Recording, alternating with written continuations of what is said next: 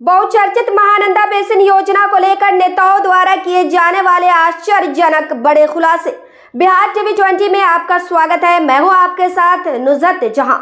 बाढ़ और कटाव और विस्थापन की सालाना त्रासदी सहित गरीबी, बेरोजगारी, अशिक्षा और पिछड़ेपन के आगोश में छटपटाते बिहार के सबसे बड़े मुस्लिम बहुल क्षेत्र सीमांचल में बाढ़ और कटाव के समाधान के नाम पर करोड़ों रुपए की लागत से महानंदा बेसिन योजना नामक एक परियोजना के अंतर्गत सीमांचल भर की नदियों पर बांध निर्माण कराने की दिशा में भूमि अधिग्रहण का काम जो शुरू किया गया है, उस पर रोक लगाने की मांग के साथ सीमांचल भर के विधायकों और सांसद द्वारा योजना के विरुद्ध आंदोलनात्मक कदम उठाने का शंखनाद रविवार 7 जनवरी को पूर्णिया जिले के बायसी क्षेत्र की सरजमी से किया गया है।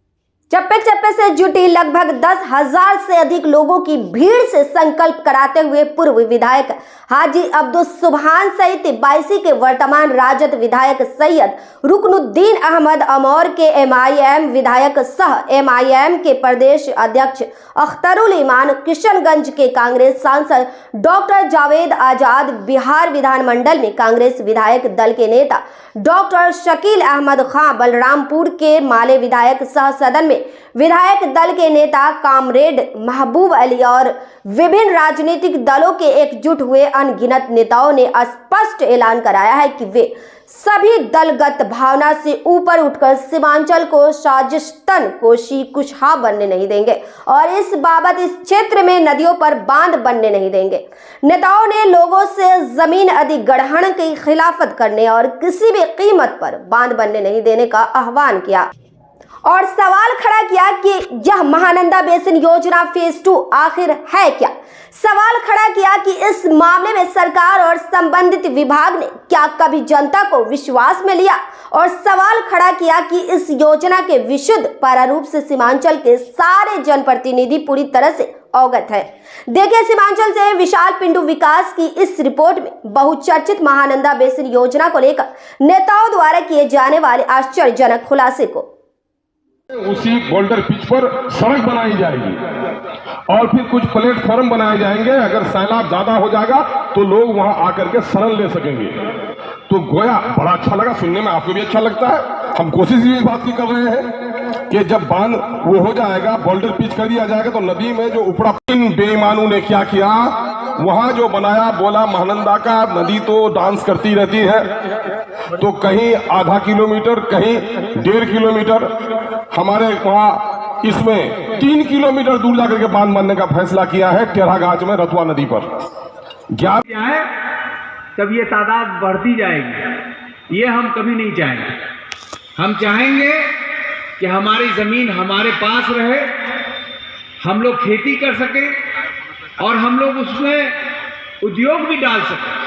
कोई जरूरी नहीं कि करोड़ों का उद्योग डालें, लाखों में भी उद्योग होता है।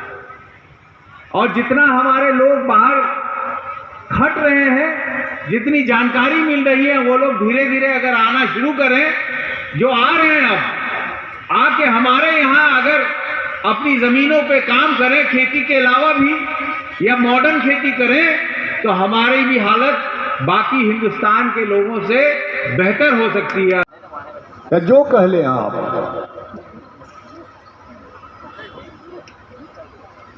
महानंदा फेज 2 बांध बनाने की योजना जो बन रही है,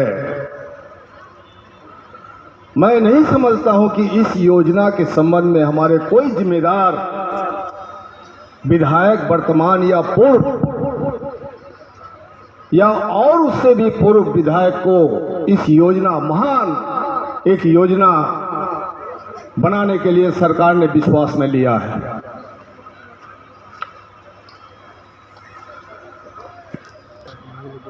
बारह से ही शुरुआत हम लोगों ने की थी। उस वक्त हम विधायक नहीं थे। आपको मालूम है कि एक हाट है बिलासपुर, मैंने सेक्रेटरी जल संसाधन विभाग से कहा कि ये बना कब, what is Mahananda, what was Mahananda phase 1, ये फेज 2 है ना भाई। आप समझ रहे ना, ये महानंदा बांध निर्माण परियोजना आवाम के फायदे की बात करें और आवाम को कॉन्फिडेंस मिले। ऐसे ही हमारा इलाका 3 नदियों से, मैं तो कहता हूं महानंदा तो है ही, और उधर देखिए कोसी और गंगा, ये सब 3-4 नदियों से, बड़ी बड़ी नदियों से घिरा हुआ है। उसके पेट में हम बसे।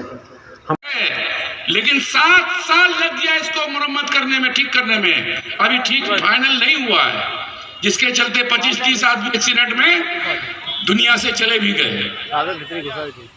तो आप उम्मीद कीजिए कि कटाव हो रहा है चरिया से पूरा डिंगड़ा घाट में, या और को संघर्ष समिति के इस विशाल आम सभा में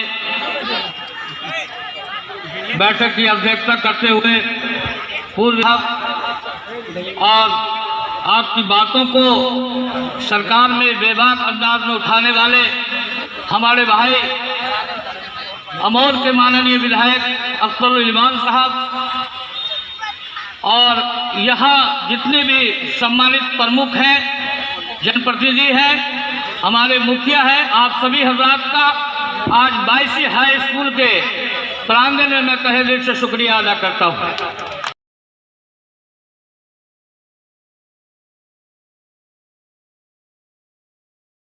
बिहार की तमाम खबरों के लिए बिहार टीवी 20 देखते रहें।